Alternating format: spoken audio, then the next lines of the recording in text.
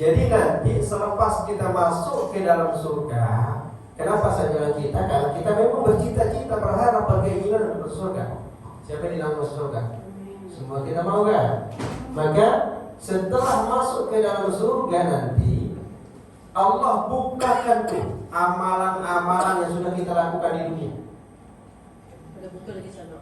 Orang seperti ini menyesal, padahal sudah dalam surga. Menyesal kenapa dulu ada time, ada masa yang ia lupa berbuat taat. Ada satu masa di mana ia lupa berbuat taat, maka dia menyesal sekali ketika masuk surga. Seandainya semua masa yang ada ini, katanya, aku gunakan untuk berbuat taat pada Allah, maka Allah akan bagi aku lebih pahala, lebih daripada apa yang aku dapatkan sekarang. Padahal sudah dalam surga. Masih menyesal juga terhadap apa yang kurang taatnya di dunia. Apakah kita sekarang misalkan? Maka jangan sampai ada penyesalan di akhirat nanti. Lebih baik menyesal sekarang. Nyesal aku datang ke pengajian, aneh. Menyesal tapi kita dapat pengajian, itu jauh lebih baik dibandingkan menyesal tidak datang mengaji. Nah, itu prinsipnya. Lalu ketika dibukakan oleh Allah, ia mesti menyesal atas dosa dan berduka cita maksudnya atas yang luput mereka itu. Subhanallah, sedikit dia luput padahal masuk surga sudah, tapi masih menyesal ada perkara yang ia luput di dunia ia lakukan. Lalu kemudian apa? Dikatakan di sini, adapun segala orang yang arif. Ini namanya khawasul-khawasat arif. Orang yang arif itu dia tidak lagi berbicara tentang amalan. Jadi berbuat itu dia tidak fokus kepada amalannya, tapi yang dicari adalah ridha Allah. Wah, saja kerja seperti tidak dipalingkan dengan sudah berbuat tidak berbuat. Jadi orang arif itu dia tidak pernah melupakan amalan yang baik, tetapi dia tidak fokus kepada amalan yang ia cari. Oke, saya amalkan ini karena Allah perintahkan, bukan aku berharap dakhulul jannah, bukan aku berharap masuk besok surga, tetapi karena Allah perintahkan. Sama dengan kita, alhamdulillah datang ke tempat kita ini, ngaji, kita pegang, bukan karena berharap surga, tapi memang ini adalah perintah Allah. Apa perintah Allah? Perintah Allah, tuntutlah ilmu. Jangan pernah tidak mencari ilmu. Kenapa? Karena setiap orang yang berada di dalam majelis ilmu, seandainya Allah takdirkan kita mati saat menuntut ilmu, apa kebaikannya? Kebaikannya apa? Kita mati dalam menuntut ilmu. Syahid, satu. Dua, Allah akan bagi kita seorang malaikat ketika di dalam kubur. Seorang malaikat yang didatangkan Allah akan menjadi guru kita sepanjang kita berada dalam kubur, sehingga kan kita nanti masuk ke dalam surga Allah, dan masuk surga Allah dikumpulkan kita bersama ahli ilmu. Dan jangan pernah berhenti mengaji, jangan pernah berhenti menuntut ilmu dimanapun kita. Jadi tanamkan dalam diri kita cita-cita diri kita nih, kalau kita kerjaya nanti saya akan mencari ilmu. Nah, sepanjang kita berada dalam kerjaya pun dianggap sebagai orang mencari ilmu. Maka jangan pernah luput niat kita untuk mencari ilmu dimanapun kita berada. Itu maknanya. Nah, orang arif itu memang dia fokus kepada ridha Allah, sehingga dia ingat sekali apa pesan Rasulullah. Pada suatu saat Rasulullah bersama sahabat, beliau kata ini, la nadkhulul jannata bi'amalina. Wahai para sahabatku, kita tidak akan pernah masuk surga dengan amal perbuatan kita. Lalu sahabat bertanya, hatta anta ya Rasulullah, apakah engkau juga ya Rasulullah? Jawaban Rasulullah, hatta ana, aku juga demikian. Aku tidak akan pernah masuk surga dengan amal perbuatanku. Bayangkan Rasulullah amalannya subhanallah, sedang dapat tidur bersama istrinya Siti Aisyah, lalu beliau minta izin dari Siti Aisyah untuk bangun sembahyang. Begitu dia ingin terus dekat dengan Allah, apa yang terjadi? Kita kata Rasulullah tidak akan masuk surga dengan amal kita. Bahkan kita akan masuk surga birahmatillah, dengan kasih sayang Allah. Satu hal yang perlu diperhatikan, dapatkah kita akan memperolehi kasih sayang Allah tanpa beramal? Tidak dapat. So maknanya apa? Amalan yang kita lakukan itu untuk memperolehi kasih sayang Allah, bukan untuk memperolehi surga. Antara bahagian ganjaran orang-orang yang beramal di dunia, Allah bagi dia kasih sayang rahmatnya, maka antara bahagianya adalah dukhulul jannah. Yang paling menarik itu di akhirat nanti kita sudah semua masuk surga. Tak ada lagi orang di luar, semua masuk surga. Tiba-tiba sami'na munadin yunadi, kita mendengar suara yang manggil, hal min mazid. Itu suara bunyi, mahukah kalian aku bagi tambahan nikmatku lagi? Lalu semua ahli surga berkatakan, ya Allah, ya Rabbi, ayyu nikmatin ta'ni, nikmat apa lagi yang engkau maksudkan ya Allah? Kami sudah mendapatkan apa yang kau janjikan di dunia ya Allah. Semua nikmat ini kami sudah peroleh ya Allah, kami sudah rasakan. Apa jawaban Allah? Atanzuru ila wajhi hiya nikmatun kabirah. Kalian mampu melihat ke wajahku adalah nikmat terbesarku untuk kalian. Fa'azharahu Allahu nafsahu ilaina. Lalu Allah tampakkan dirinya kepada kita. Semua kita histeria.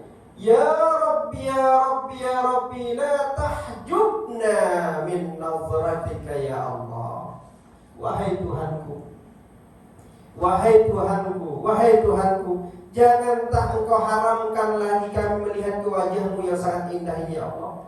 Kita lupa akan semua nikmat yang lain. Nikmat terbesar ketika Allah perlihatkan wajahnya pada kita. Untuk siapa? Untuk mereka-mereka yang tidak pernah berhenti bercita-cita, berazam, berniat untuk menuntut ilmu dan berbuat baik kepada orang lain. Dua syaratnya, menuntut ilmu dan berbuat baik kepada orang. Berbuat baik ini Rasulullah jelaskan.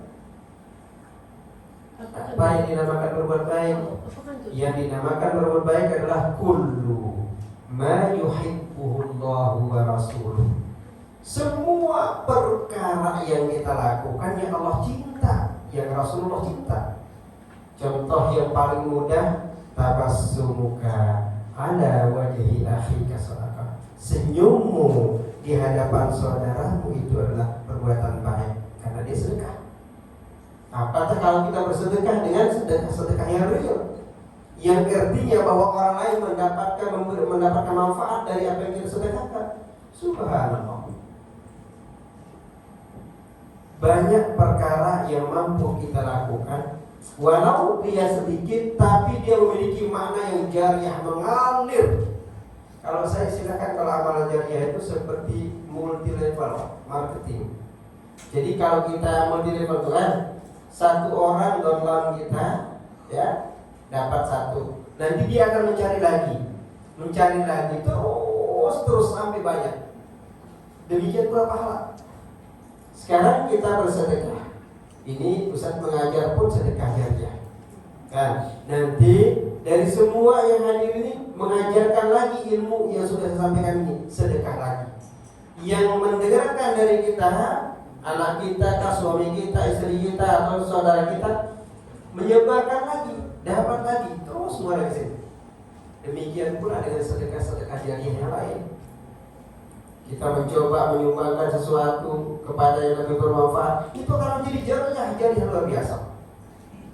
Apalagi kalau yang kita sumbang itu misalkan tempat-tempat belajar, apa yang terjadi?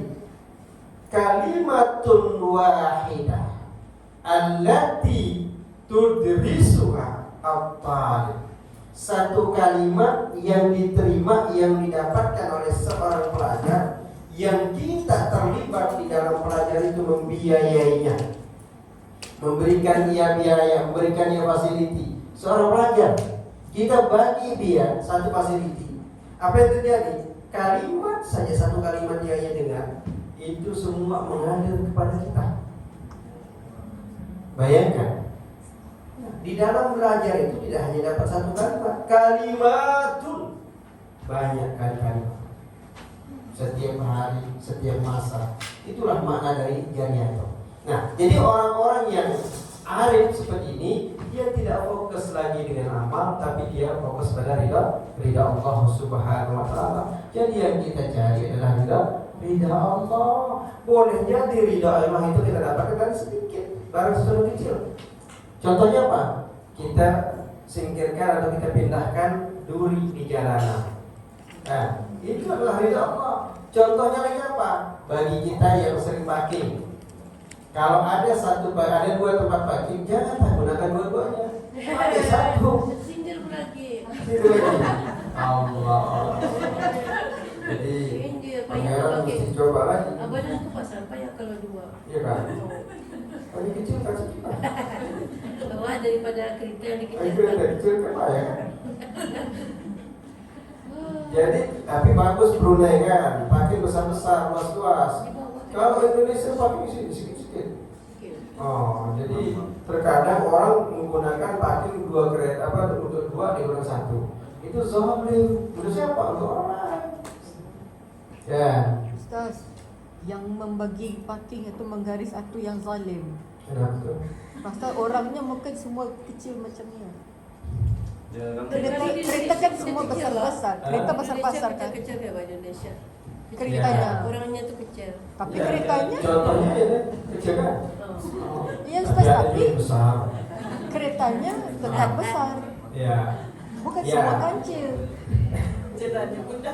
Oke. Kan? Jadi bukan persoalan ini. Oke. Jadi maksudnya adalah salah satu contoh ya.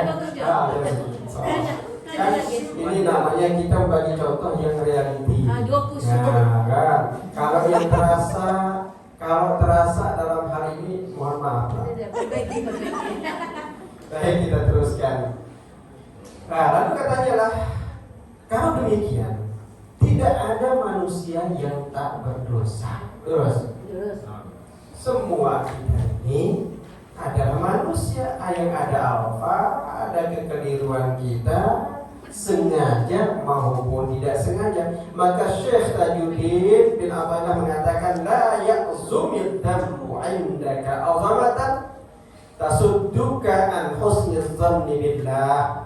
Jangan kiranya berbesarkan dosa padamu dengan besar yang menegahkan ia akan dikau daripada berbaik sangka kepada Allah. Maksudnya dosa kecil yang kita lakukan, lalu kemudian kita rasa betul bahwa ya Allah, tidak mungkin lagi aku melakukan perbuatan baik, ya Allah.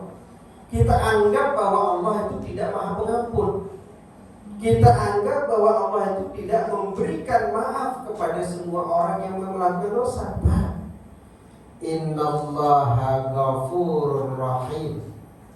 Allah itu Maha Pengampun terhadap segala dosa yang kita lakukan.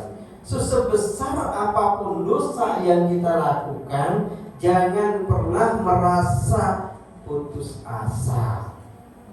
Sehingga baginda Rasulullah SAW mengatakan apa? Al-fajir ar-raji ila rahmatillah aqrabu ila Allahi minal abidil muqlid. Orang pelaku maksiat, ahli maksiat yang senantiasa berharap akan rahmat kasih sayang Allah, jauh lebih dekat, lebih dicintai, disukai oleh Allah dibandingkan ahli ibadah yang berputus asa. Dia rajin ibadah tapi putus asa. Sehingga Syekh Uspuri dalam kitab Syarah Al-Mawa'izul Uspuriyah menceritakan kisah dalam perkara hadis ini. Seorang lelaki yang hidupnya di dunia ini menipu terus. Dia tipu orang terus. Contoh menipunya bagaimana?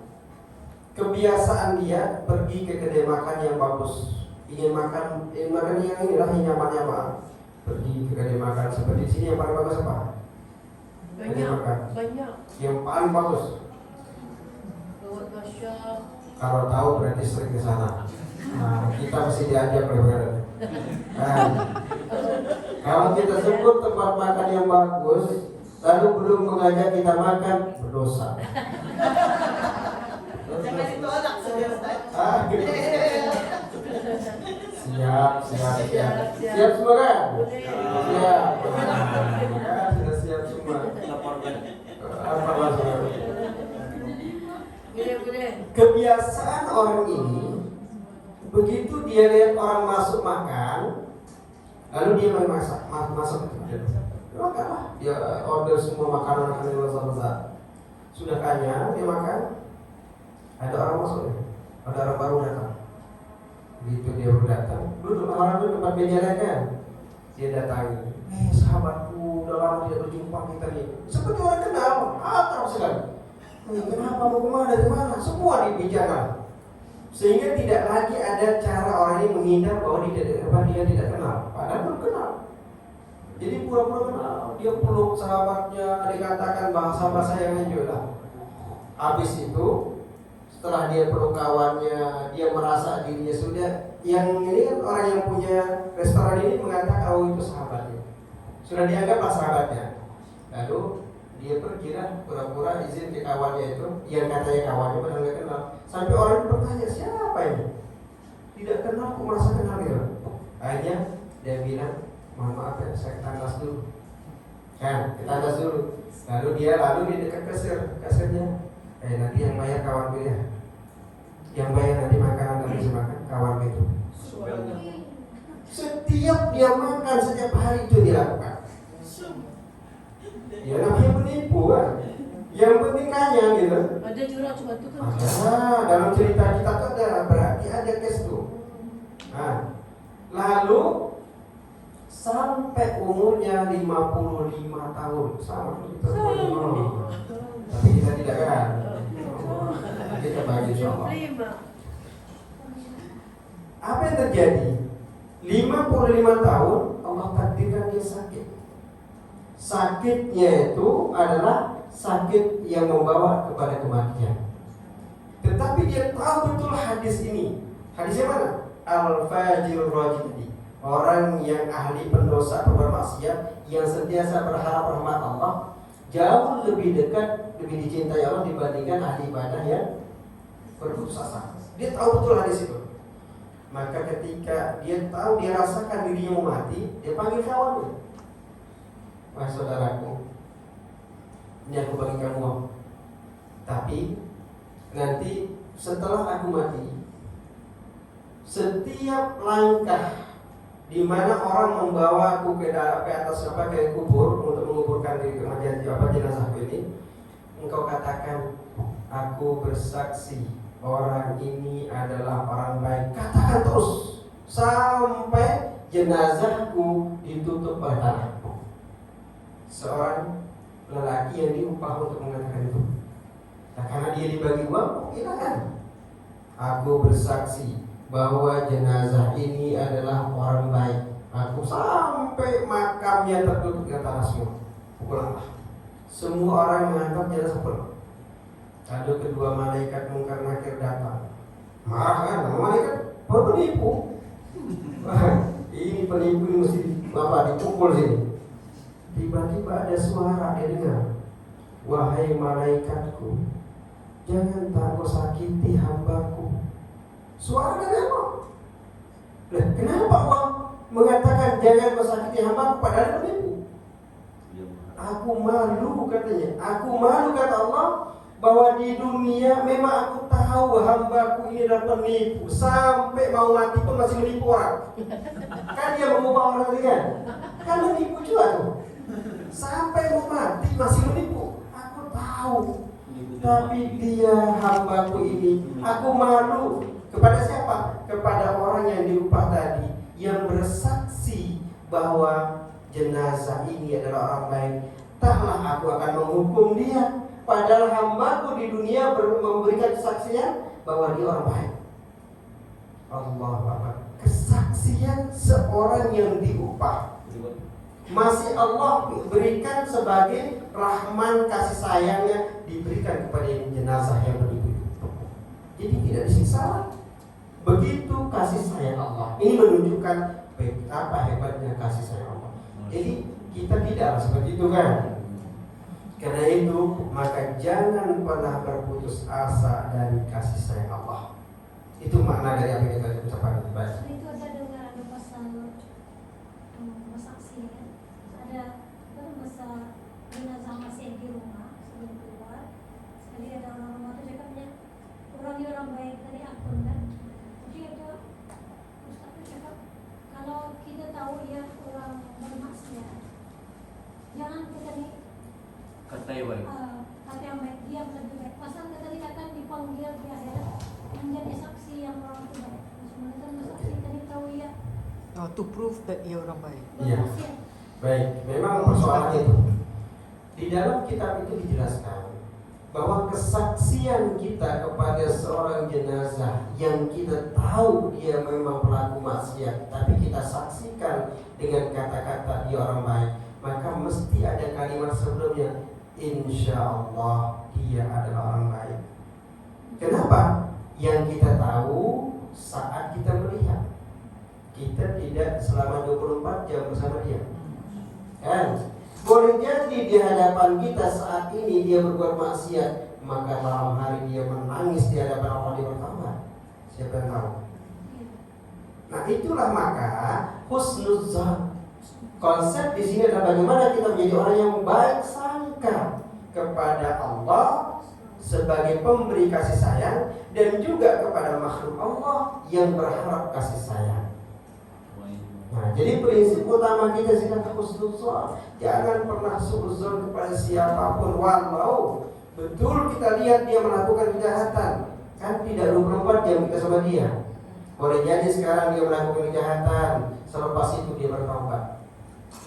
Kita tidak tahu. Maka yang paling penting kalimat insyaallah huwa min ahlil khairi. Insyaallah dia adalah orang baik. Kesaksian itulah kemudian akhirnya menyebabkan penipu tadi Allah tidak siksa dalam kubur.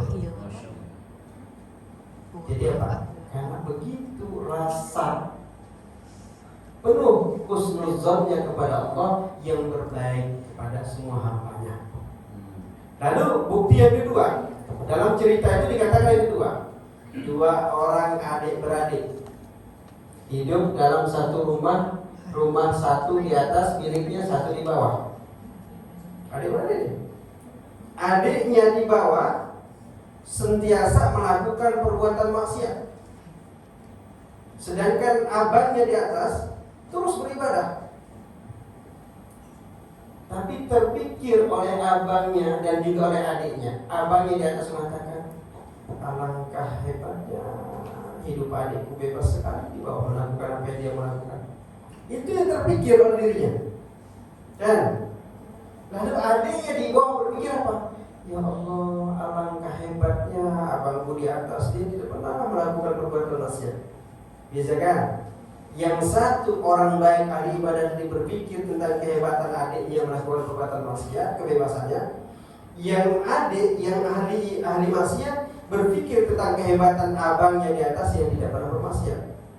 Kira-kira yang baik yang mana? Kenapa? Dia Ya berharap. Akhirnya diceritakan kedua-dua ini inginlah merasakan. Tuh, yang abang ingin merasakan kebebasan seperti adiknya, adik ini ingin merasakan kedekatan dengan Allah dengan ibadah. Larilah dia mereka berdua, bertempunglah di tangga. Dia tidak saling lihat, das aksiden, kedua-duanya mati. Yang abang dimasukkan ke neraka, yang adik dimasukkan ke surga.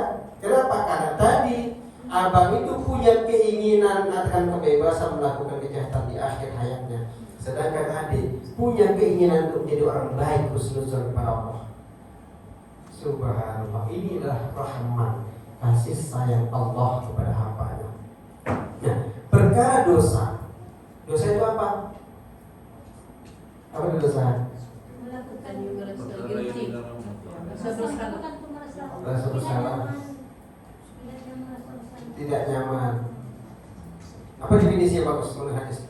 Hadis Nabi mengatakan al-ismu mahaka fi sadrika.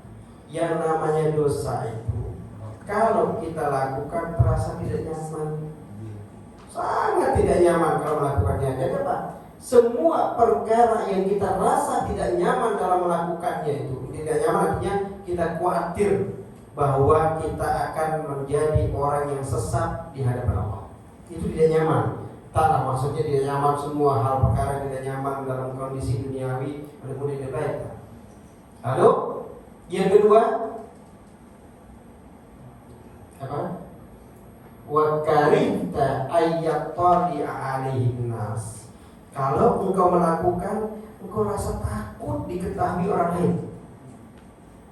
Ketika kita melakukan perbuatan itu, kita rasanya takut sekali diketahui orang lain. Contohnya Pak, saya selalu contohkan kepada pelajar-pelajar yang exam. Dan ketika kita merasa takut dilihat oleh peserta kita, melihat catatan kita, itu dosa. Kan mudah, bisa takut diketahui, itu dosa. Maka jangan lakukan. Jadi mudah sekali mendefinisikan dosa. Nah, sekarang kata Allah dalam hadis qudsi, ya bani Adam tubi ilayya ukrimka karamatal anbiya. Wahai anak Adam, bertaubatlah, kembalilah kepadaku. Ukrimka, selain aku mengampunkan dosamu, ukrimka, aku akan memuliakan kehidupanmu di akhirat seperti mana aku memuliakan para nabi. Itu manfaat taubat. Taubat itu pertama Allah ampunkan dosa kita, yang kedua Allah akan muliakan kita di akhirat seperti mana Allah memuliakan para nabi. Subhanallah, tidakkah kita mau bahagia rasanya bertaubat? Semua kita pasti bersalah. Kullu bani Adam khata. Semua bani Adam yang berlabelnya bani Adam khata pasti melakukan kesalahan. Wa khairul khata'in, akan tetapi sebaik-baik orang yang bersalah at-tawwabun, dia kembali. Coba ada kalimat kembali. Tubuh artinya irji'u, kembali. Mengapa ada istilah kembali? Kepada fitrah. Oh, kembali kenapa? Mesti ada Allah katakan kembali. Contoh, Haji Khairul Mu'az keluar, mesti katakan kembali. Maknanya apa? Sudah pernah bersama kan? Kita berada di dalam bilik ini, maka harus katakan kembali. Tapi kalau orang datang belum di sini, maka tidak mungkin kita katakan kembali. Kenapa? Karena dia baru datang. Maknanya bahwa Allah minta kita kembali, kita pernah hampir dengan Allah, pernah dekat dengan Allah. Bila inda alamil arwah, ketika berada di alam arwah seperti satu vacation. Alam arwah itu belum diukassam, belum dibagi-bagi roh kita, belum dibagi rohnya pangeran, belum dibagi rohnya raja, belum dibagi rohnya besar, belum semua kita sebagai, bahkan belum dibagi kepada pokok binatang belum. Allah bertanya di sini, alastu bi rabbikum qalu bala syahidna. Bukankah aku Tuhan kalian? Bertanya Allah. Lalu semua kita mengatakan ketika dalam arwah, iya engkau Engkau adalah Tuhan kami ya Rabb. Maka anak yang baru lahir, dari manapun ia lahir, apakah ibunya muslimah atau ghairu muslimah, bukan muslimah, ibunya lahir anakku meninggal qablal bulugh, meninggal sebelum balik, dakhalal jannah, masuk surga, walaupun dari orang Kristen. Kenapa? Karena memang dia masih Islam, dia masih dikategorikan sebagai muslim. Ada soalannya, bagaimana Ustaz kalau dia sudah dibaptis? Kan?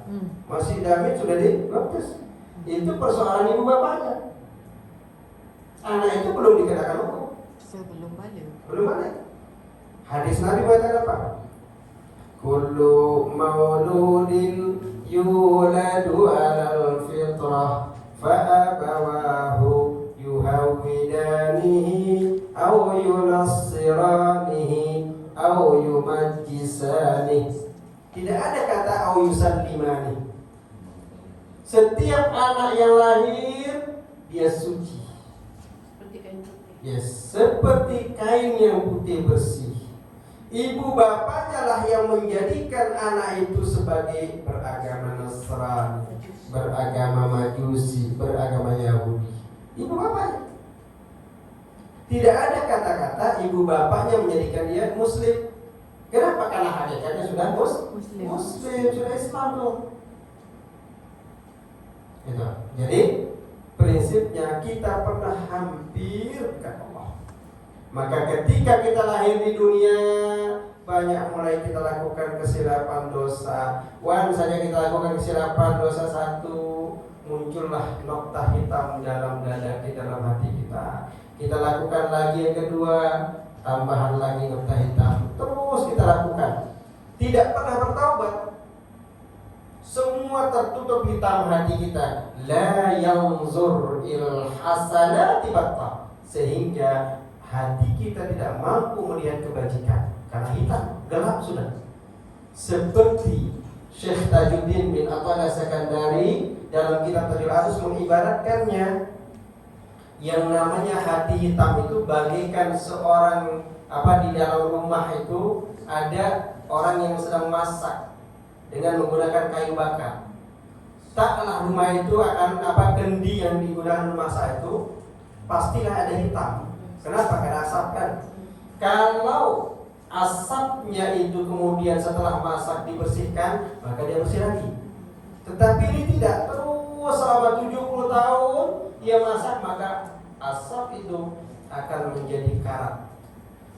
Nah, kalau itu sudah bahaya. Karena itu maka dikatakan bahwa ketika kita sedang melakukan kesilapan, tub ilallah, bertaubat kepada Allah langsung serta merta saat itu. Jangan dikatakan nantilah setelah pulang dari tempat pengajian ini sampai rumah supaya taubat. Man yadminuka an tasila ila baitika. Siapa yang menjamin kita sampai ke rumah kita? Tak ada. Boleh jadi kita onkan kereta kita langsung aksiden. Tidak ada yang menjamin. So karena itulah kemudian dikatakan bahwa mubasyarah maknanya batas. Sekarang lakukanlah taubat istighfar sekarang. Jangan tunggu nanti. Tidak ada kata nanti dalam bertaubat. Ya, taruh saja. Begitu kita ingat langsung istighfar, ingat istighfar. Itu cara yang diajarkan Rasulullah SAW. Sehingga baginda Rasulullah SAW, inni la yughannu ala qalbi. Sungguhnya aku telah dibersihkan hatiku oleh Allah, disucikan, dimurnikan oleh Allah. Wa inni atubu kulla yaumin 70 marrah. Walau demikian, hatiku telah bersih, tapi aku bertaubat, beristighfar kepada Allah 70 kali setiap hari. Rasulullah kan? Bahkan dalam riwayat lain dikatakan 100 marrah, 100 kali. Rasulullah dijamin masuk surga. Rasulullah adalah sayyid, semua pemimpin semua alam ini. Dalam surga nanti kita akan dijamu oleh Allah. kita akan dijamu oleh Allah di dalam surga di satu tempat bernama Haziratul Quds. Tempat itu, tempat jamuan, tempat makan kita nanti namanya Haziratul Quds. Kurus. Quds. Kurus. Memang kalau orang gemuk itu sudah punya kurus. Bayang-bayang. Berbayang-bayang bagaimana jadi orang kurus ya. Ah, yes. Allah. Sementara orang kurus bagaimana jadi orang gemuk. Pernah dia Namanya hidup ini memang kita selalu yang merasa sesuatu yang dimiliki orang lebih baik dari kita. Bungkus hati, ha? Itulah makanya. Akhirnya Haziratul Quds. Oke. Saya ceritakan sini. Lalu malaikat Jibril diminta oleh Allah pergi ke dalam surga untuk mengambil bangunan yang bernama Haziratul Quds, membawa ke hadapan Allah. Dibawa ke hadapan Allah. Tapi Allah perintahkan malaikat Jibril seorang. Hanya malaikat Jibril. Dan malaikat Jibril apapun yang Allah perintah tidak ada kata tidak. Tidak ada kata nanti. Sekarang, ya sekarang. Sampai di surga. Datanya sekarang. Tidak hanya sekarang, terus saja. Sampai di sana dia bertanya pada malaikat Ridwan, wahai Ridwan, mana dia bangunan apa yang dikatakan Allah sebagai Haziratul Quds? Kata malaikat Ridwan, ini bangunan yang paling indah, paling cantik, paling besar itu. Allah perintahkan kepadaku untuk membawa ke hadapannya. Terkejut malaikat Ridwan. Bagaimana mungkin engkau datang seorangan akan membawa bangunan besar yang seperti ini? Tidak mungkin. Kata malaikat Jibril apa? Insya Allah astagfir. Allah yang memintaku mengambil ini. Berarti Allah juga membekalkan kepadaku kekuatan. Subhanallah, keyakinan luar biasa. Ini perintah buat kita juga, nasihat buat kita. Kalau ada perintah dari Allah untuk melakukan sesuatu, jangan pernah katakan aku tidak mampu. Sebab begitu kita katakan aku tidak mampu, maka energi, kekuatan yang Allah bagi ketika ada perintah itu Allah tarik lagi. Contohnya apa? Ketika kita dibagi pekerjaan oleh atasan kita. Ini contohnya. Atasan kita manusia kan? Yalah, bukan malaikat. Kan. Manusia, Allah yang menggerakkan hati orang ini, atasan kita, untuk membagi kita pekerjaan. Maknanya pekerjaan yang dibagi oleh atasan kita minallah. Jangan katakan tidak mampu melakukannya. Sebab kalau kita mengatakan tidak mampu melakukan pekerjaan yang dibagi oleh atasan kita, itu artinya kita menolak pekerjaan yang Allah titipkan melalui atasan.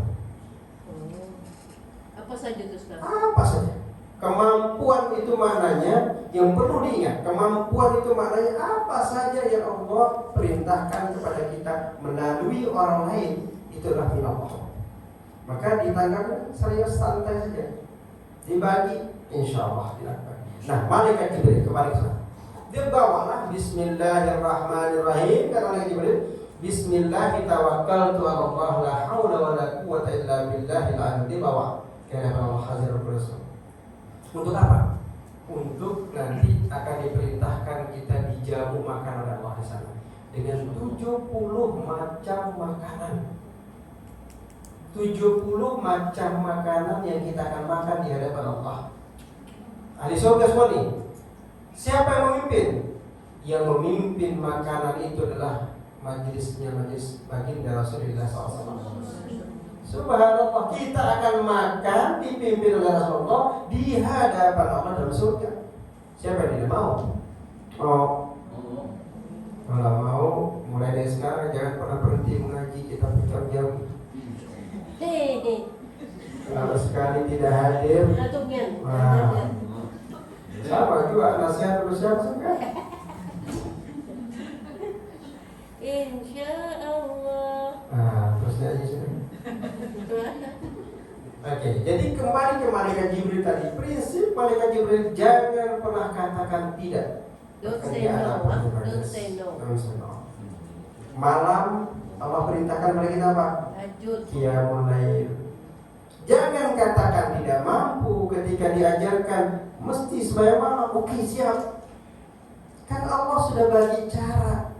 Contoh cara yang Allah bagi malam hari apa? Kita dibikin oleh Allah untuk pergi, ada keinginan untuk membuang air kecil ke tandas. Malam tuh, pukul 1, pukul 2. Bangun kita. Sudah kita buang air kecil, so kembali lagi tidur. Itu namanya tidak mentaati perintah Allah melalui buang air kecil tadi. Mestinya begitu kita sudah sampai di tandas, kan kita pegang air. Kenapa tidak mengambil air wudhu? Kenapa kita tidak mengambil air wudhu? Lalu sembahyang 2 rakaat minimal, tidur lagi. Ingat firman Allah kepada Nabi Daud alaihissalam. Tolong kita ingat sama-sama. Apa firmannya? Ya Daud, qad kadzaba 'abdi. Wahai Daud, hamba-hambaku telah berbohong. Lalu Nabi Daud mengatakan, wa kaifa haula yukadzibuna ya Rabb? Bagaimana hamba-hambamu berbohong ya Allah, berbohong ya Allah? Kata Allah, haula yad'una annahum yuhibbunani. Mereka katakan, aku cinta padamu ya Allah. Ini katanya. Akan tetapi begitu malam tiba, selepasnya sembahyang fardu isya dia tidur, tidak pernah bangun malam hari kecuali azan subuh dia berbangun. Jadi orang yang tidak bangun malam untuk sembahyang minimal 2 rakaat malam hari, Allah katakan kita adalah berbohong terhadap cinta kita kepada Allah. Mau dikatakan berbohong? Tentu tidak. Maka bangunlah malam hari walaupun 2 rakaat.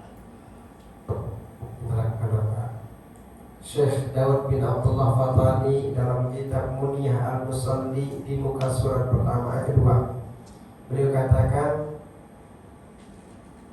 nikmat yang Allah bagi terbesar, terhebat adalah kemampuan dan kemauan. Kemampuan dan kemauan untuk melakukan sembahyang sunat minimal 2 rakaat. Jauh lebih hebat dibandingkan Allah bagi kita nikmat keindahan seluruh dunia dan isinya. 2 rakaat. Bila untuk bila-bila. Khasnya malam hari. Ya boleh. Kenapa malam hari? Karena itulah yang dikatakan oleh Syekh Junaid Al-Baghdadi yang ditulis dalam kitab Ayyuhal Walad oleh Imam Al-Ghazali di muka surat 3. Junaid Al-Baghdadi ketika itu para muridnya di dunia bermimpi. Lalu muridnya berkata, ya Abul Qasim, madza fa'ala rabbuk? Wahai Abul Qasim panggilan dari Junaid Al-Baghdadi, apa yang Allah bagi untukmu dalam kubur ini? Kata muridnya. Imam Junaid berkata, Tohat Dikrayati, telah hilang semua kemampuanku untuk membuat buku. Junaid Al-Baghdadi penulis, ahli tasawuf, banyak kitab-kitabnya sekarang kita baca. Kemampuanku telah hilang, karomah-karomah yang Allah bagi di dunia pun telah hilang. Yang mendengarkanku, yang membersamaiku di dalam kubur ini hanya ruqayyatun raka'na fi jawfil lail, rakaat-rakaat yang aku lakukan di malam hari. Itulah yang membersamaiku di dalam kubur. Yang akan bersama kita dalam kubur adalah pahala dari sembahyang sunnah yang kita lakukan malam hari itu. Subhanallah. Jadi taubatlah kita bahwa apa yang kita lakukan selama ini yang kita anggap adalah kebaikan ternyata kita masih kurang, masih jauh sekali dibandingkan dengan Rasulullah, dibandingkan dengan para ulama, dibandingkan dengan semua sahabat-sahabat Rasulullah. Sahabat Rasulullah indama sami'al Qur'an yabki bukaan syadidan. Mereka mendengar bacaan Quran, mereka menangis dengan tangisan yang luar biasa. Karena mereka paham Quran yang ia baca adalah kalamullah. Beza dengan kita kan. A'udzu billahi minasy syaithanir rajim. Bismillahirrahmanirrahim. Ya ayyuhalladzina amanu lima taquluna ma la taf'alun. Mobil kita berbunyi. Oh kawan kurbannya. Berbunyi. Masuk. Telepon. Diambil. Halo, assalamualaikum. Salam. Di mana kita lagi baca Quran? Oh bagus. Jom kita ke kedai makan. Oke. Sadaqallahul azim. Ya Rabb. Baru satu ayat kita baca. Kalamullah yang akan bagi kita makan, yang kita akan makan Allah. Kita tinggalkan demi satu roti canai. Kita tinggalkan demi kawan kita. Selesaikan dulu satu muka surat kah, baru sadaqallahul azim berangkat. Dan siapa yang menjamin kita masih hidup sampai ke kedai itu? La ahad, tidak ada. Jadi mari kita sama-sama introspeksi, mencoba berpikir tentang apa yang sudah, yang sedang dan akan kita lakukan. Jadi taubat, maka Allah katakan kembali. Nah, orang kembali itu ada syaratnya. Kalau kamu mau kembali ke gubuk ada syaratnya. Ada 3 katanya. Apa tuh? Pertama syaratnya ayyak qali'a minadz dzunub. Tinggalkan serta merta perbuatan dosa itu. Jangan lakukan lagi. Itu syarat pertama. Yang kedua an-nadam. Benar-benar menyesal. Orang menyesal itu artinya apa? Menyesal itu sampai menangis kita karena begitu menyesalnya karena dosa yang terlakukan. Yang ketiga, al-azmu an la ya'uda ilaihi. Berazam dengan sangat untuk tidak lagi melakukan perbuatan dosa yang sama. Ustaz, saya sudah lakukan semua yang 3 dosa. Ada orang yang tiba-tiba masuk di inbox IG saya. Masuk, dia curhat. Curahan hati. Perempuan rupanya. Untuk istri saya dia baca. Bahaya bagi Selangor. Saya begitu sudah saya baca, salah sudah. Apa isinya? Isinya apa? Suka kan Ustaz kan? Suka dia memang kan suka cara mengajar, suka dan seterusnya. Rupanya pernah dengar saya ngajar di mana. Tapi intinya bahwa ia menceritakan tentang dosa yang ia lakukan. Baik, dia ceritakan dosanya. Ustaz, saya ingin bertanya, aku telah melakukan dosa. Saya sudah taubat dengan cara yang Ustaz pernah ajarkan. Itu tadi. Secara serta-merta mencabut diri di dalam dosa, menyesal, lalu kemudian berkeinginan untuk melakukan, tidak melakukan lagi. Saya sudah coba, Ustaz. 1 bulan lagi saya lakukan dosa yang sama, Ustaz. 1 bulan lagi saya lakukan dosa yang sama lagi, Ustaz. Bagaimana, Ustaz? Saya jawabnya apa? Jangan berputus asa. Manusia itu tidak akan pernah lepas dari dosa. Tetapi Allah bagi kita solusinya. Jangan berhenti bertobat. Sebab kalau kita melakukan dosa, lalu pesimis, lalu tidak mau lagi bertobat, kesalahannya 2 kali. Sudah melakukan dosa, tidak bertobat, itu 2 kali ganda sudah. Jadi yang namanya sudah salah, segeralah kita bertobat. Walaupun dosa yang kita lakukan dosa yang sama. Kenapa? Sama dengan kita mengetuk pintu orang sampai kuat. Pertama tidak bukakan, ketuk lagi, 2 tak buka, 3 kali tak. Terus saja pasti orang itu membuka pintunya walaupun marah. Hal yang sama dengan Allah, tapi Allah tidak marah. Bahkan Allah diceritakan dalam hadis sangat bergembira kalau orang atau hambanya yang melakukan dosa dia bertaubat, seperti melebihi gembiranya seorang musafir yang membawa kuda atau unta Di atas untanya itu semua perbekalan kehidupannya selama musafir ada di sana. Lalu kemudian dia tidur di bawah pokok, tidak mengikat untanya, tiba-tiba begitu terbangun untanya tidak ada. Gimana stresnya kan? Di padang pasir dia tidak punya makanan apapun, unta yang diharapkan tempat makanannya dia pergi. Lalu karena dia stres, sudah tidur lagi. Begitu tertidur, bangun, tiba-tiba untanya datang, ada di sampingnya. Apa katanya? Subhanallah, anta abdi wa ana Allah. Kan sangat gembira, dia terbalik ucapan itu. Engkau adalah ya Allah, ilahi anta abdi, wahai Tuhanku, engkaulah, pada Tuhanku, engkaulah hambaku, akulah Tuhanmu. Terbalik, tapi itu sangat gembira. Allah tidak mengira sebagai dosa.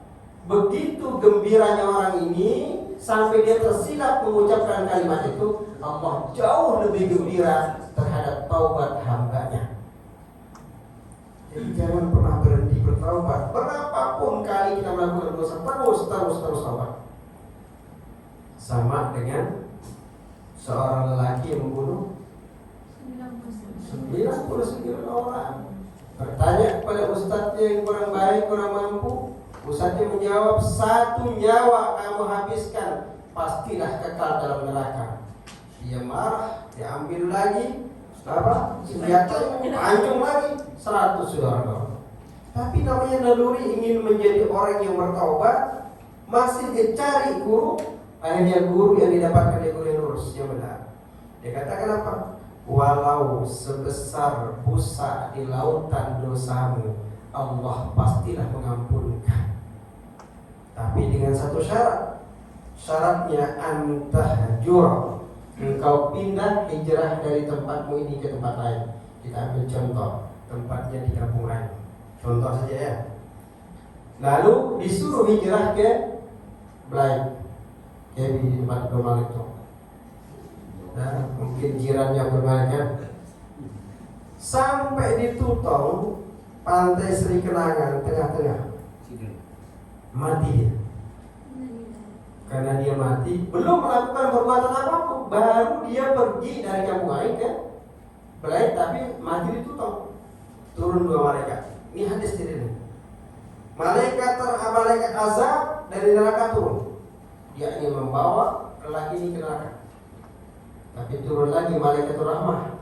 Tidak, kata malaikat rahmah, ini adalah bahagianku. Dia sudah bertaubat, aku akan bawa ke surga. Kedua-dua malaikat tidak ada yang bersetuju lah. Baru mereka bertahan masing-masing. Allah turunkan malaikatul adil sebagai penghadir. Kata malaikat adil, apa masalahnya? Gini. Oke, sekarang caranya kamu malaikat azab, kira dari Tutong ini, dari pantai Sri Kenangan ini, dari sini sampai ke kampung lain, berapa jarak yang dia sudah menempuh. Lalu kamu malaikat rahmat, kira dari sini sampai ke Belai, ke tujuannya, mana lebih hampir atau lebih jauh? Karena malaikat yang melakukannya sekejap lah. Kalau kita kan panjang dulu, kita buat malaikat cepat lah segera. Oh, bisa kesimpulan. Kesimpulan mereka berdua malaikat ini, kedua-dua tempat pas terdapat tepat di pantai Sri Kenangan ke arah kampung air, sama dengan dari kampung air Sri Kenangan ke Belai, tujuannya sama. Tidak ada bisanya. Tapi Allah tarik bumi Belai sampai 1 jengkal lebih dekat, lebih hampir. Dikira lagi 1 jengkal lebih hampir dari tujuan. Kata malaikatul adil, ya malaikatur rahmat, khudh ilal jannah. Ini bagian masuk ke surga. Padahal 1 jengkal dari depan Allah tarik dia. Begitu hebatnya namanya taubat. Jadi jangan pernah pesimis dengan taubat. Taubat. Terus apapun kesilapan kita lakukan, tidak ada manusia yang tidak silap. Ya, ini motivasi yang paling kuat dalam kitab Iman luar biasa. Menyuruh kita untuk selalu bertobat. Nah, terkait dengan taubat, apa media taubat?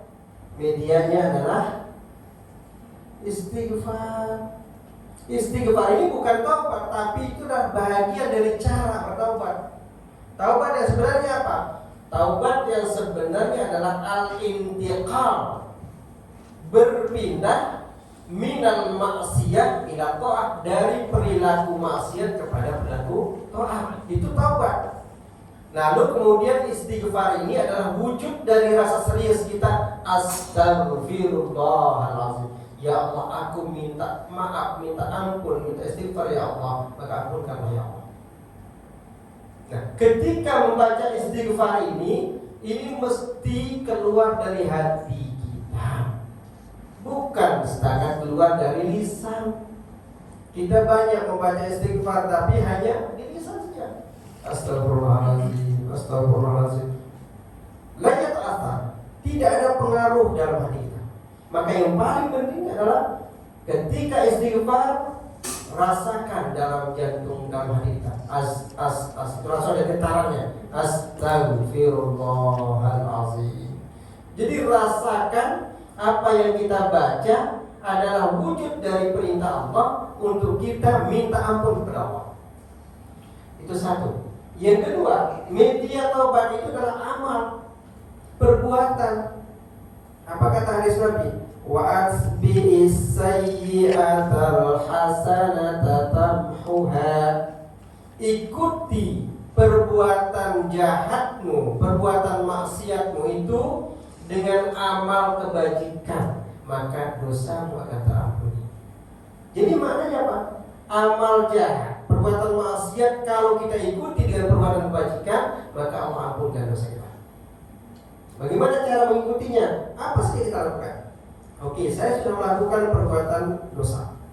Saya istighfar, astagfirullahaladzim. Tak cukup dengan istighfar itu, mesti kita melakukan amal kebajikan, apapun bentuknya.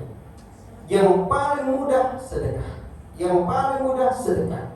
Sedekah itu dapat menghapus segala kesilapan. Sedekah yang paling mudah. Maka sedekah itu jangan pernah kita rasakan bahwa itu tidak ada manfaat. Tidak. Dia sangat memberi manfaat kepada siapapun. Kita yang mengeluarkan dan keluarga kita pun dapat dari apa yang kita lakukan. Jadi dalam kitab Al-Fawaidul Mukhtarah Lisan Kitabul Akhirah, Habib Zain bin Ibrahim bin Smith menulis ini. Guruku dulu katanya, dia tidak akan pernah keluar dari rumahnya untuk pergi belajar kepada gurunya kecuali dia mengeluarkan sedekah dulu. Sedekah untuk apa? Supaya mudah memahami ilmu. Walaupun berapa saja. Setiap yang keluar rumah untuk belajar, dia bersedekah dulu, sehingga ilmu yang akan didapatkan itu mudah masuk. Itu cara guru kata Syekh Habib Zain. Nah, lalu dia praktikkan. Benar, kemudahan untuk mendapatkan ilmu itu. Sedekah itu kan dapat tajribul rizq, dapat membagi, memudahkan untuk mendapatkan rezeki lagi. Rezeki apa? Di antara ilmu itu adalah rezeki. Yang paling mudah adalah ilmu itu adalah rezeki. Nah, jadi ini ada kawan kita yang biasa bersedekah kurma. Kemana beliau? Oh, dia kurang sihat. Allahu Akbar. Mari kita baca Fatihah, mudah-mudahan beliau diampunkan oleh Allah Subhanahu wa taala, dia akan penyakitnya. Ala hadhihi ni'am kulli niyatin salihah al-fatihah. A'udzubillahi minasyaitonir rajim. Bismillahirrahmanirrahim. Alhamdulillahirabbil alamin. Arrahmanir rahim. Maliki yaumiddin. Iyyaka na'budu wa iyyaka nasta'in. Ihdinas siratal mustaqim. Siratal ladzina an'amta 'alaihim ghairil maghdubi 'alaihim waladdallin. Waktu program tutup masih ada ya? Oh, ya, namanya lagi sakit itu sebenarnya adalah tanda cintanya Allah kepada hambanya, bukan tanda benci, tanda cinta. Apa buktinya? Hadis kursi Allah berfirman, ya bena Adam lima tasuruni wa ana marid. Wahai anak Adam, kenapa engkau tidak mengunjungiku padahal aku sedang sakit? Kan Allah katakan, kenapa kamu tidak mengunjungiku? Aku sedang sakit. Fakulna, lalu dia berkata, ya Allah, anta Rabbul Izzah, engkau adalah Tuhan kami yang paling agung. Bagaimana mungkin aku akan sakit? Fa'ajabahum. Allah berkata, hunaka abdi marid, di sana ada hambaku sedang sakit, walam tazurhu, engkau tidak mengunjunginya, maknanya engkau tidak datang kepadaku, padahal aku sedang bersama hambaku yang sakit. Oke, jadi kalau ada yang datang ke kawan kita itu, balik salam ilaihi, sampaikan salam kepadanya, sehingga insyaallah mudah-mudahan Allah angkat penyakitnya. Dan semua orang yang sedang sakit, mudah-mudahan. Amin. Nah, jadi taubat itu adalah satu perkara yang paling utama dalam kehidupan kita. Jangan pernah sepelekan taubat. Jadi apapun yang kita alami, istighfar siapa? Rabi'ah al-Adawiyah, seorang sufi perempuan, mengatakan begini: istighfaruka yahtaju ilal istighfar. Bacaan istighfar yang kita baca itu memerlukan bacaan istighfar lagi. Kenapa? Karena yang kita baca itu keluarnya dari lisan saja, belum masuk ke dalam hati kita. Jadi usahakan masuk ke dalam hati kita. Imam Al-Qaryubi dalam kitab An-Nawadir, hikayat yang ketiga, hikayat yang ketiga, beliau menceritakan perjumpaan dua ahli ilmu yang bernama Asim bin Yusuf menjumpai seorang ahli ilmu yang bernama Hatim al-Asam. Hatim al-Asam. Kedua-dua ahli ilmu ini berjumpa. Asim bin Yusuf. Asim bin Yusuf datang ketika Syekh Hatim sedang mengajar. Selepas mengajar dia datang. Dia jumpai. Nah, lalu kemudian begitu dia berjumpa, langsung dia berkata, wahai Hatim, bagaimana cara kamu sholat? Bagaimana cara kamu sholat? Soalannya sederhana kan? Bagaimana cara kamu sholat? Lalu Syekh Hatim berbalik badannya melihat ke arah Asim bin Yusuf. Wahai Asim, cara aku sembahyang adalah idza ja'al waqt, ketika waktu telah tiba, fa aqamtu lil wudu'i zahiran wa batinah. Ini perhatikan. Lalu aku pergi mengambil air sembahyang zahir dan batin. Yang selalu kita dengar kan, air sembahyang saja, selesai sudah. Fa'amma zahir, katanya, adapun aku berwudu secara zahir itu, fakullul a'dha yasilul ma'ilaihi, semua anggota wuduku aku basuh dengan air. Selesai sudah. Wa ammal batin, adapun yang aku maksudkan dengan wudu batin itu, bisa berarti asya, dengan 7 perkara. Yang aku maksudkan dengan wudu secara batin adalah dengan 7 perkara. Ini jarang kita dengar ya, atau mungkin belum pernah dengar. Wudu batin. Wudu batin yang pertama katanya apa? Bitaubah. Taubat. Jadi sentiasa kalau kita mau sembahyang itu taubat dulu, istighfar dulu. Ini tidak kebiasaan kita, bahkan yang sering saya lihat di tempat pengajian masjid-masjid surau Bali. Sudah komat masih pegang mobile, bahkan sampai lupa dia silent dan lupa dia off kan. Begitu sudah takbir, bunyi dia download lagi Nurul Tista. Dan Masya Allah, bukan hanya dirinya terganggu, semua orang, bahkan imam sedang baca Fatihah ikut pun berjoget. Allah kan, dosa, itu dosa. Itu masih sudah komat, masih ingat dunia. Taubat yang paling utama katanya wudu batin itu adalah taubat, istighfar. Peluang kita minta ampun kepada Allah, peluang kita minta untuk dikhusyukkan oleh semuanya. Maka begitu sudah komat, berdirilah. Oke, yang kedua, wudu batin yang kedua menurut Syekh Hatim al-Asam an-nadam, menyesali semua perbuatan yang aku telah lakukan. Contoh sembahyang pada maghrib. Kan kita sembahyang asar itu kira-kira mungkin kalau di awal waktu oke lah. Awal waktu pukul 4. Nah, 3 sekian lah pukul 4. Oke. Atau kita mungkin sembahyang asar hampir-hampir maghrib. Itu kira-kira apa? Dikira apa di sana? Dikira lama ya. Oke. Antara itu maka kita mesti menyesali apa yang sudah dilakukan. Antara sholat asar dan maghrib itu mungkin ada perkara-perkara dosa yang kita lakukan sengaja maupun tidak sengaja.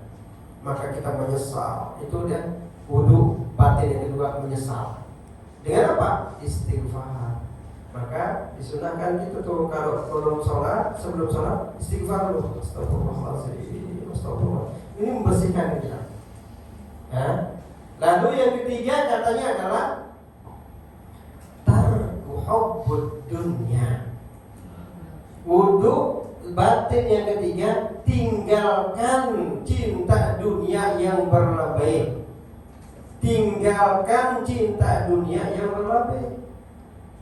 Maka Syekh Tajuddin bin Athaillah Sekandari dalam kitab Tajul Arus dan Hikam mengatakan begini: Man arada ayya'rifa haqiqata nafsihi indallah falyanzur ila salati.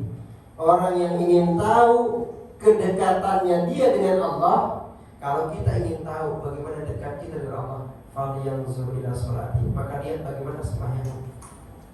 Fa in kabbara faqul Allahu Akbar wa qalbuhu yu'azzimullah. Ketika dia takbir mengatakan Allahu Akbar, hatinya mengatakan Allah yang Maha Agung, maka dia dekat dengan Allah. Fa in qara'a bismillahirrahmanirrahim alhamdulillahi rabbil alamin ila waladdallin, lalu dia kemudian khusyuk di dalam mendengarkan itu, maka dia dekat dengan Allah. Fa'in raka'a, ketika dia ruku lalu subhana rabbiyal azim dia baca, dia rasakan hampir dirinya Allah, maka dia dekat dengan Allah. Maknanya kalau semua itu kita alfa tidak melakukan itu, maka kita jauh dari Allah. Sembahyang kita mesti perlu lagi kita lakukan terus lakukan. Nah, orang khusyuk payah memang, payah mudah. Bahkan sahabat Nabi Abu Bakar, Umar, Utsman, Ali pernah diuji tentang kekhusyuannya oleh Rasulullah. Siapa di antara kalian yang mampu sembahyang khusyuk sampai salam, aku akan bagi sorbanku. Semua sahabat sangat ingin memiliki sorbannya Rasulullah. Mulai takbir Abu Bakar Siddiq, bahkan saja sudah sampai tasyahud awal, ingat sorbannya Rasulullah begitu indah. Sahabat itu jujur. Kalau kita sembunyikan, ya khusyuk ya Rasulullah. Sahabat jujur, ya Rasulullah, aku tidak mampu khusyuk Abu Bakar. Lalu Umar demikian pula, sampai Sayyidina Ali tinggal salam ke arah kiri, kan sunnah tuh. Yang kanan wajib kan? Assalamualaikum warahmatullahi. Arah kiri ini sunnah. Assalam. Baruan saya mau salam kiri, ingat gambaran sorban Rasulullah. Ya Rasulullah, aku pun tidak dapat ya Rasulullah. Sholatku ini masih ingat sorbanmu ya Rasulullah di akhir sholat. Janganlah kita. Maka ada syariatnya. Bagaimana caranya supaya sembahyang kita dikabul Allah, diterima Allah? Kan syaratnya khusyuk. Maka syaratnya adalah caranya Allah syariatkan sembahyang jamaah. Syaratnya sembahyang jamaah, karena sembahyang jamaah selain dia tambahan markahnya 27, Allah bagi itu sebagai cara untuk dapatkan sholat kita diterima Allah. Contoh, ketika kita sembahyang jamaah, ada 9 orang makmum, 1 orang imam, mana 10 orang. Ketika takbir, insya Allah semua khusyuk.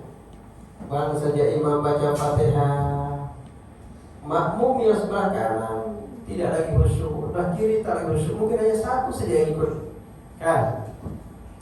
Lalu kemudian begitu imam sudah waladhdallin, amin semua, yang tadi khusyuk mendengarkan Fatihah, ketika imam baca ayat tidak lagi khusyuk, pindah lagi orang lain yang khusyuk, sampai salam.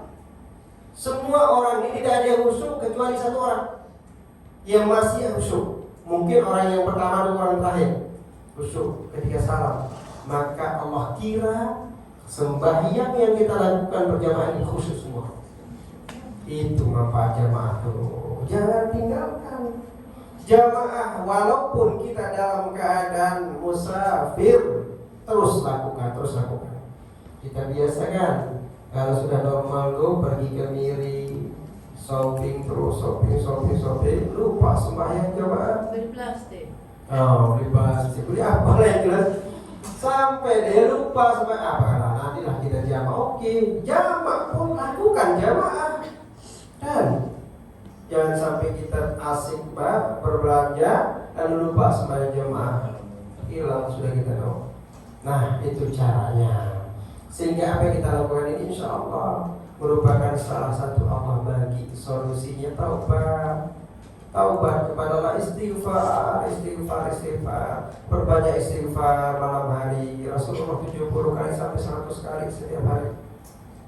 Kita kalau dapat melebihi lah Rasulullah SAW, karena beliau sudah dibersihkan hatinya, masih taubatnya banyak, istighfarnya banyak. Kita tidak ada yang membersihkan hati kita kecuali diri kita sendiri. Belum tentu hati kita pun bersih.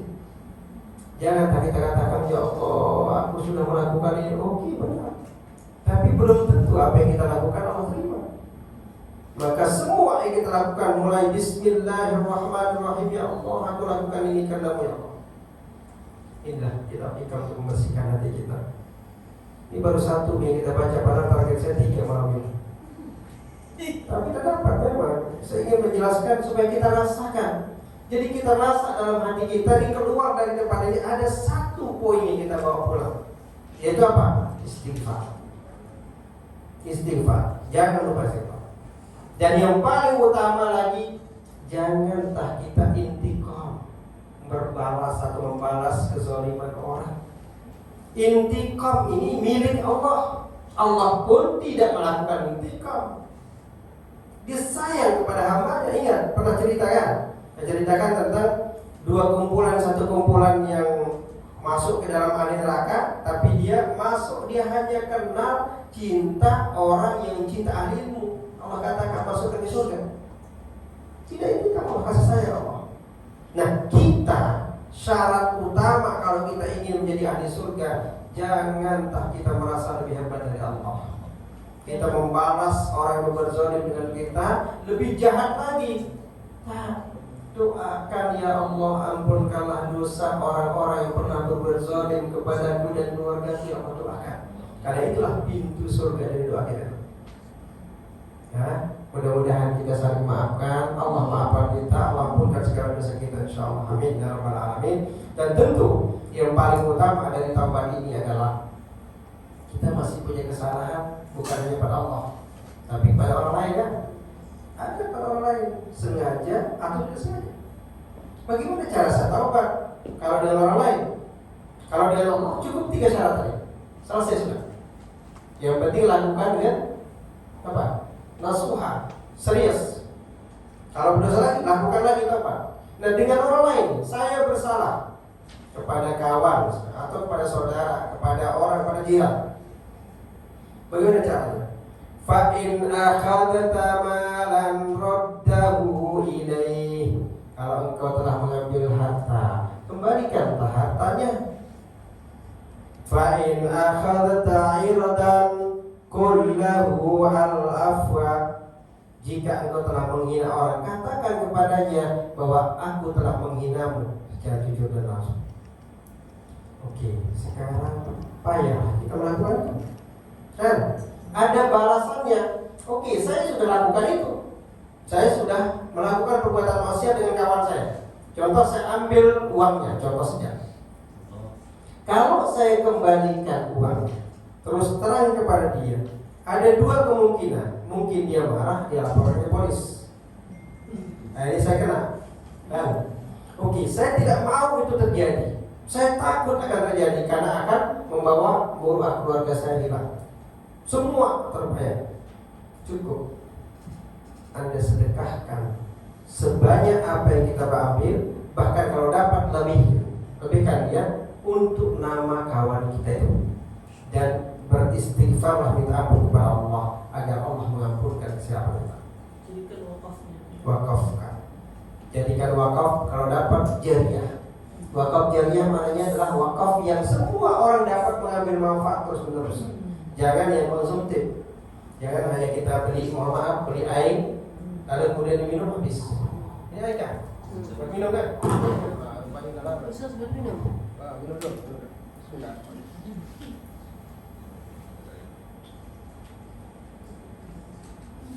Alhamdulillah. Mudah-mudahan yang bersedekah air ini Allah berikan kemudahan rezekinya, tingkatkan semua kepahamannya di dalam menjalankan segala aktivitas amal ibadah. Amin. Ya Allah. Oke. Jadi yang paling utama kalau kita bersalah pada orang lain itu resepnya minta maaf dengan cara kalau kita mau melakukan dan ada risikonya, insya Allah dimudahkan Allah. Idza sadaqal azmu wa dhahsabil. Kalau kita melakukan satu perkara karena Allah, Allah akan mudahkan jalannya. Hadis lagi satu yang paling utama. Kullun muyassarun lima khuliqalah. Allah akan mudahkan kemana arah kaki kita melangkah, itulah akhir kehidupan kita. Jadi kalau sekarang kita dimudahkan datang ke tempat-tempat ta'lim, maka insyaallah inilah akhir kehidupan kita akan menjadi husnul khotimah. Amin. Ya rabbal alamin. Kalau kita dimudahkan Allah ke tempat-tempat maksiat, fana'udzubillah, ini adalah akhir hidupnya, akhir kita akan menjadi orang yang su'ul khotimah, fana'udzubillah. Jadi maka kalau Allah gerakkan hati kita melakukan kebajikan, jangan diberhentikan. Jangan diberhentikan. Kalau Allah gerakkan hati kita untuk melakukan kebajikan apapun wujudnya, jangan berhenti melakukan kebajikan itu. Sebab sekali kita berhenti melakukan kebajikan yang Allah gerakkan itu artinya kita putuskan hubungan kita dengan Allah. Kalau sudah memutuskan hubungan dengan Allah, akhdurka wala ansurka Allah. Aku akan hinakan kehidupanmu di dunia dan akhirat, dan aku tidak akan pernah memberikan peluang lagi untuk engkau. Jadi kalau dimudahkan datang kepada tempat pengajian, teruskan. Kecuali ada uzur-uzur syar'i yang memang kita tidak mendapatkan.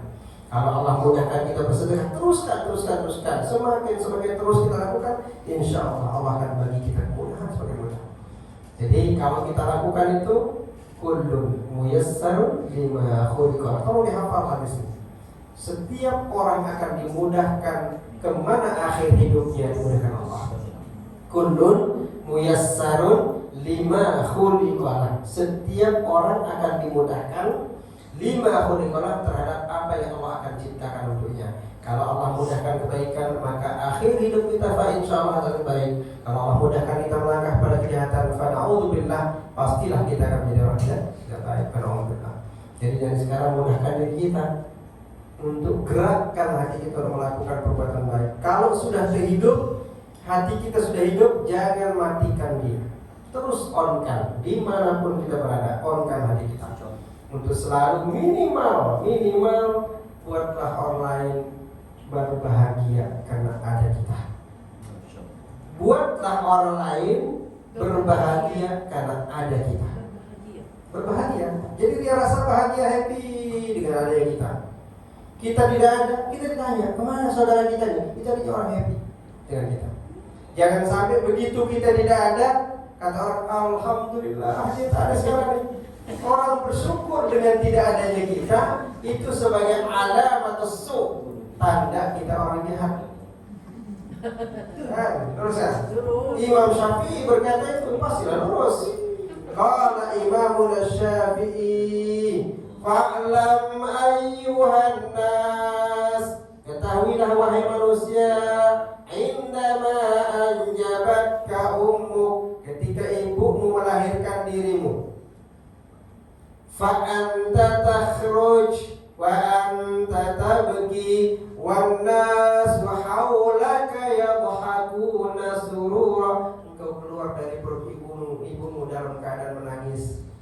Sedangkan orang-orang yang menunggu kehadiranmu, begitu Anda menangis keluar, semua tertawa tersenyum bahagia dengan Anda lahir. Kan? Coba bayangkan kalau ada anak yang lahir tiba-tiba keluar tertawa. Kan? Apa yang terjadi? Ibunya yang sakit pasti lari. Takut. Nah, jadi tabiatnya anak lahir pasti menangis. Tetapi ketika kita menangis keluar, semua orang yang menjaga itu pasti senyum dan tertawa bahagia. Itu kata Imam Syafi'i. Nah, jadikanlah dirimu yang begitu keluar menangis sedangkan semua orang bahagia menerimamu, maka usahakan ketika kamu berada di dunia ini, nanti pada akhirnya engkau pergi, entah meninggal dunia ataukah engkau hijrah dari tempatmu itu, semua orang menangisi kehadiranmu, kepergianmu, tapi engkau pergi dengan bahagia. Kan? Sama dengan kita mengaji ini. Kalau kita mengaji, semua kita rasa happy, alhamdulillah. Begitu kita nanti tidak ada, orang mencari kita karena kita baik. Demikian pula di office kita, di rumah kita, ketika kita tidak ada, anak-anak bertanya, mana ibu saya, mana bapak saya, kan tanya. Tapi kalau kita di rumah begitu tak ada, kata anak-anak, alhamdulillah ibu kita pergi. Nah, itu tandanya apa? Tandanya kita di mata anak-anak tidak baik. Maka perlu introspeksi, evaluasi diri kita. Insya Allah, mudah-mudahan apa yang kita kaji malam hari ini Allah bagi kita mudah untuk memahaminya dan dapat kita amalkan di dalam kehidupan kita. Amin ya rabbal alamin. A'udzu billahi minasyaitonir rajim. Bismillahirrahmanirrahim. Alhamdulillahirabbil alamin. Hamdan yuwafi ni'amahu wa yukafi'u mazidah. Allahumma shalli ala sayyidina Muhammad wa ala ali sayyidina Muhammad. Allahumma ij'al jam'ana hadza jam'an mubarakan marhuma wa tafarruqana ba'da hadza tafarruqan mubarakan hasanan ma'suman. Hassantu nafsi wa iyyakum bil hayyil qayyum la yamutu abada wa dafa'tu anni ankum as-su'a bi alfi la haula wa la quwwata illa billahil aliyyil azim.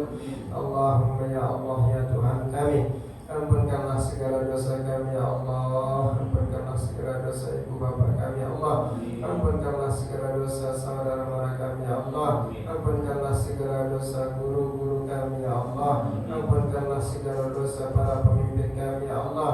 Ampunkanlah segala dosa orang-orang pernah berbuat baik kepada kami dan keluarga kami ya Allah. Ampunkan pula segala dosa orang-orang yang pernah berbuat zalim kepada kami dan keluarga kami ya Rabbal alamin. Rabbana atina fid dunya hasanah wa fil akhirati hasanah wa qina adzabannar. Wa sallallahu ala sayyidina Muhammad wa ala alihi washabbihi wasallam. Subhana rabbika rabbil izzati amma yasifun wa salamun alal mursalin walhamdulillahi rabbil alamin. Sebagai informasi bahwa kitab hikam ini insyaallah kita akan terus malam Kamis, Jumat, malam Ahad, terus ini saja kitabnya. Karena yang Ustaz Dr. Agnon sudah habis, Ustaz Syahiran pun sudah habis, kecuali satu kali lagi Syahiran.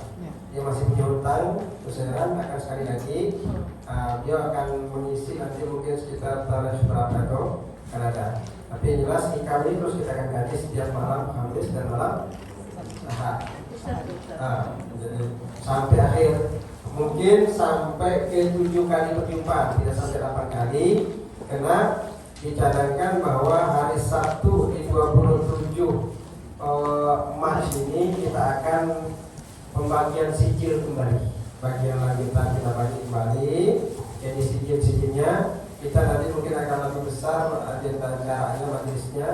Mungkin kita akan lakukan di hari Sabtu. Diusahakan hari Sabtu kira-kira pukul pada zuhur atau kira-kira pukul 3 dilakukan sehingga akan besar, karena itu akan ada juga pemberian hadiah bagi pertandingan tanda tangan jam itu kan ada. So kita akan menghabiskan bersama karena kita banyak, jumlah kita banyak dan tambah lagi dengan yang permulaan itu jumlahnya banyak, jadi akan dimajliskan lebih lagi lah insyaallah.